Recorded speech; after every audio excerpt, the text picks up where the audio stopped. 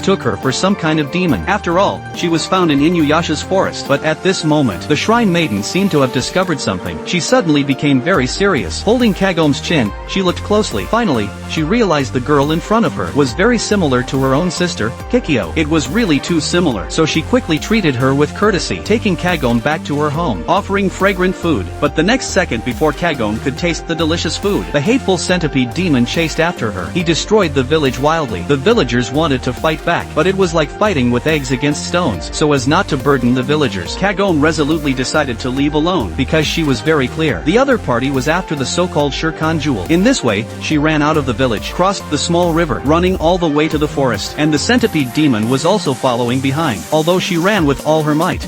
But she could not shake off the other party. At the last moment of danger, in response to the instinct for survival, she shouted for help loudly. In a moment, her voice swept into the depths of the forest. Inuyasha heard it, gradually awakened, when she was chased here. Seeing her embarrassed appearance, Inuyasha couldn't help but mock. おい、キキョウ、ムカデ長老みたいな雑魚相手に何やってんだ。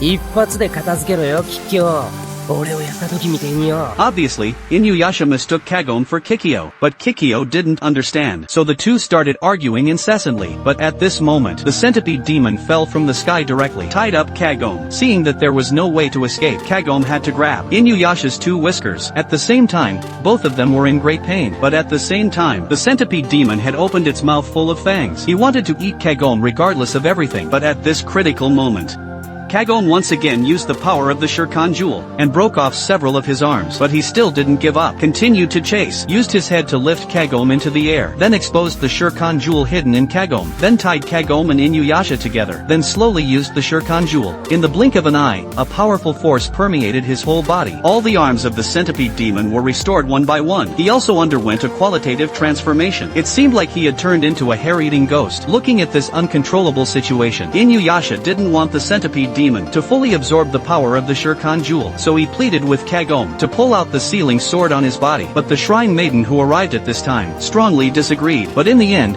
Kagome still pulled it out, because Kagome knew she couldn't die here, with the handle leaving the body. At this moment, the power that sealed Inuyasha completely dissipated. The strong heartbeat was deafening. He was finally free. The first thing he did after being reborn was to slay demons and monsters. But this centipede demon was really not resistant to beating. He only used one move, the soul-scattering Iron Claw, and scraped the other party into pieces. Looking at the scene in front of her, Kagome couldn't help but look at Inuyasha with a horrified look, and the Shrine Maiden Kid hurried forward, took out the Shirkan jewel swallowed by the centipede demon. The centipede demon also turned into a pile of white bones. But things are far from over. The Shrine Maiden Kid wanted to return the Shirkan jewel.